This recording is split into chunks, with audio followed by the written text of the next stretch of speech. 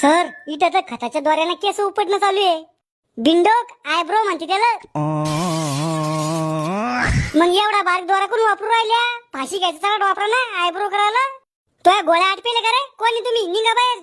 आम्ही सीआयडी आहे. सीआयडी? पण मी कोणाचा खून नाही केला. खून नाही झाला कोणाचा? मग मेकअप करायला आले का? मेकअप करून बयानी फसवायच्या आम्हाला. ती चिंगरी येत होती तुमच्याकडे. हा, ती पळून गेली. तिचा तपास लावासाठी आलो आम्ही. कधी गेली पळून? मी उधारी तिच्याकडे. डुबले तुमचे पैसे आता. तुम्ही कधीपासून मेकअप करता? 5-6 महिन्यापासून. याच्या आधी काय करता तुम्ही? पेंटिंग. काय रंगवताय तुम्ही? पोळ्याचे बैल, संडास, बाथरूम. मग या धंद्यात उतरली मी.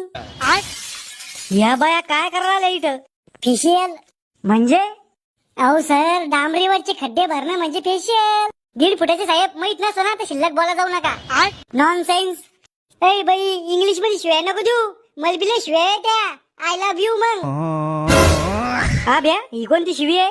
अहो सर, तुम्हाला माहित लय घाण शिवी ही. आमच्या कॉलेज मधल्या पोरील म्हणजा मी असं तर चपलाच मारताय मला.